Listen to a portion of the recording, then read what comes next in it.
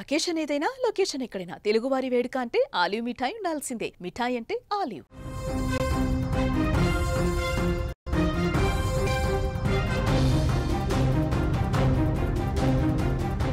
పాకిస్తాన్ మాజీ ప్రధాని ఇమ్రాన్ ఖాన్ మరణించినట్లు వస్తున్న వార్తల నేపథ్యంలో అతని కుటుంబ సభ్యులు తీవ్ర భావోద్వేగానికి గురవుతున్నారు.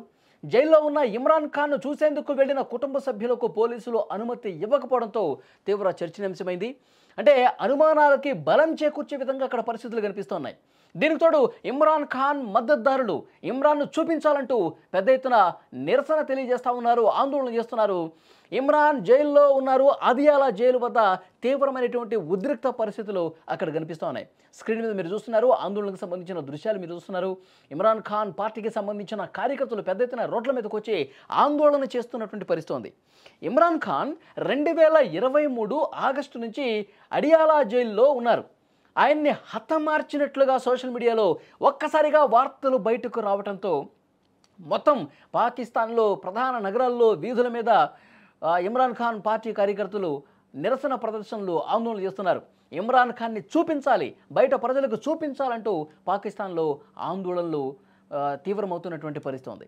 బలూచిస్తాన్ విదేశాంగ శాఖ ఎక్స్ వేదికగా ఒక పోస్ట్ పెట్టింది.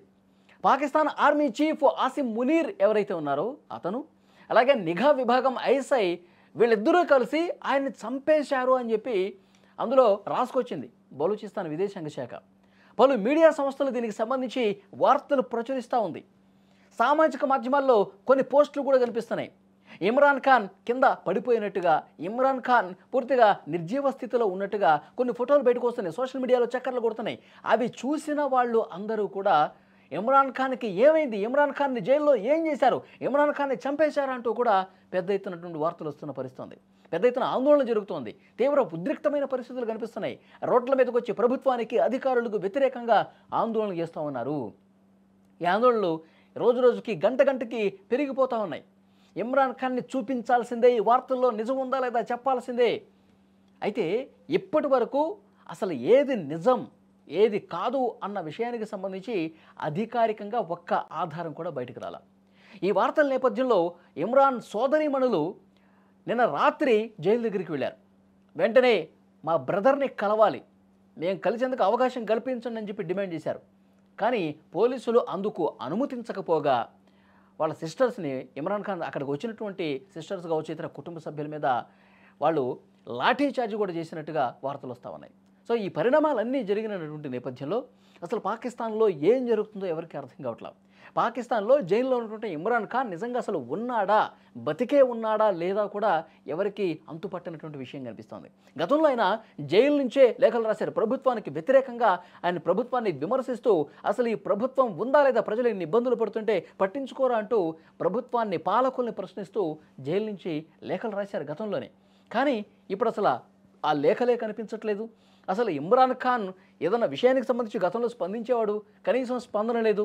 ఇప్పుడు సోషల్ మీడియాలో జరుగుతున్న ప్రచారం, కనిపిస్తున్నటువంటి ఫోటోలు ఇవన్నీ చూసి ఒక ఆందోళన కనిపిస్తుంది. కుటుంబ సభ్యులే కాదు, ఆ పార్టీకి సంబంధించిన కార్యకర్తలు, సామాన్య ప్రజల్లో కూడా ఇలాంటి భావనే ఉంది, ఇలాంటి అనుమానాలే ఉన్నాయి.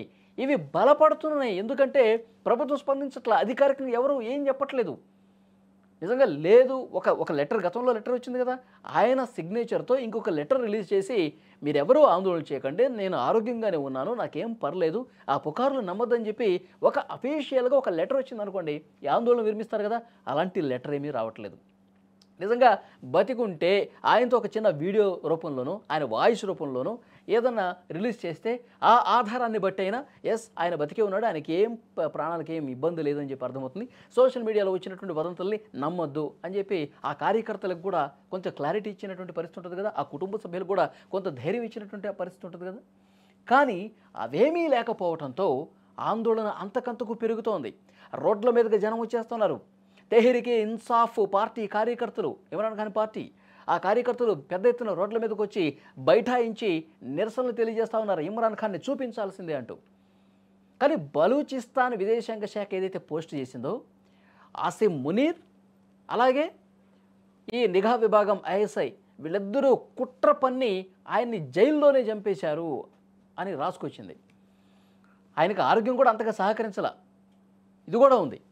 సో ఒక క్లారిటీ ఏదైనా ఇవ్వండి, లేకపోతే మళ్ళీ పాకిస్తాన్లో పెద్ద ఎత్తున అల్లర్లు జరిగే అవకాశం ఉంది, పాకిస్తాన్లో పెద్ద ఎత్తున ఘర్షణలు చెలరేగే అవకాశం ఉంది, అంతవరకు పరిస్థితి రానియద్దు అంటూ కార్యకర్తలు హెచ్చరిస్తూ ఉన్నారు.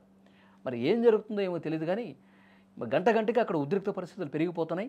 గతంలో బంగ్లాదేశ్లో లాగా, నేపాల్లో లాగా, లేదంటే శ్రీలంకలో లాగా జరిగినటువంటి ఆందోళనలు పెద్ద ఎత్తున రోడ్ల మీదకి వచ్చి ఘర్షణ ఎక్కువైపోతే, ఆ హింస అనేది చెలరేగితే అక్కడ ఉన్నటువంటి ప్రజలకు కూడా తీవ్ర నష్టం, ప్రభుత్వ ఆస్తులకి, ప్రైవేట్ ఆస్తులకు కూడా నష్టం కలిగే అవకాశం ఉంది.